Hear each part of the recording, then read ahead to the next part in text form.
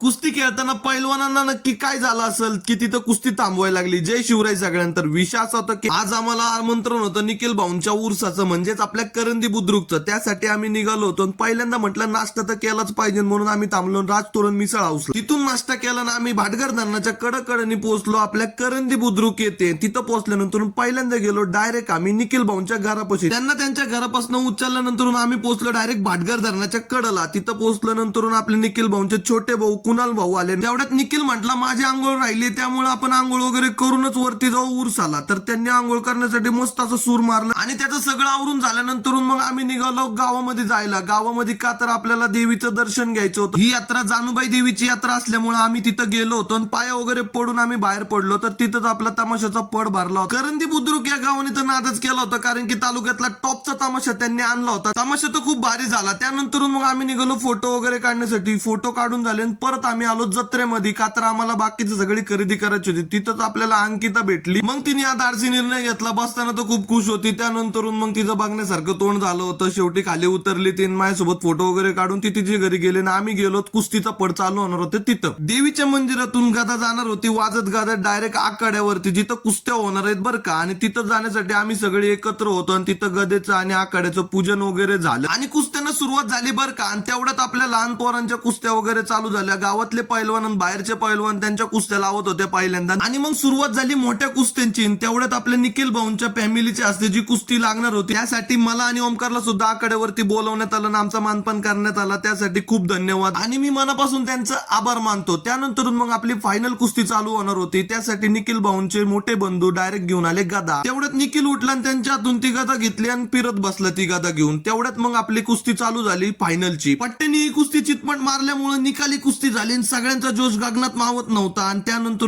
फटाक्यांचा fire show वगैरे झाला आणि जिंकलेल्या पैलवानांना 30,000 रुपये बक्षीस आणि चांदीची गदा देऊन सन्मान करण्यात आला. आणि तेवढ्यात आम्ही सगळे गेलो निखिल भाऊंच्या इथं जेवायला आणि तिथून आम्ही डायरेक्ट घरी निघलो.